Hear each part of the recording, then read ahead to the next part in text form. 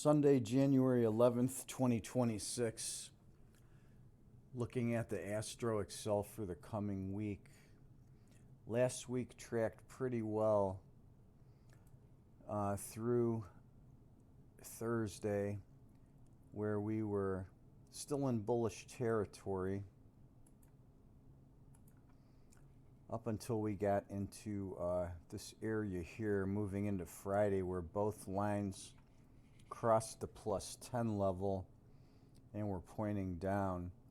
You can see the market was relatively neutral as the lines were coming across flat.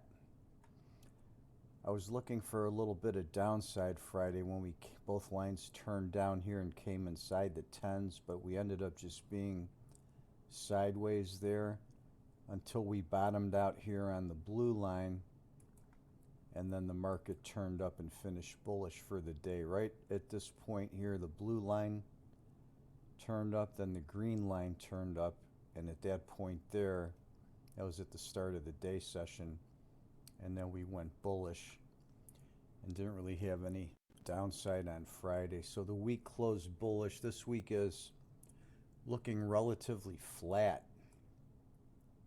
You can see coming into the whole week here, we are pretty much locked inside the 10 lines. We're slightly bullish here at the beginning of the week. We break outside the plus 10 here a little bit on Monday.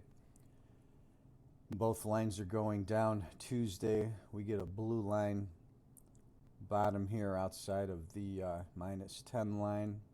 We're pretty much really just flat all week. We get a little bit on the 15th where we get up above plus 10 for a while. Then we're back inside to the inside the 10 line on Friday.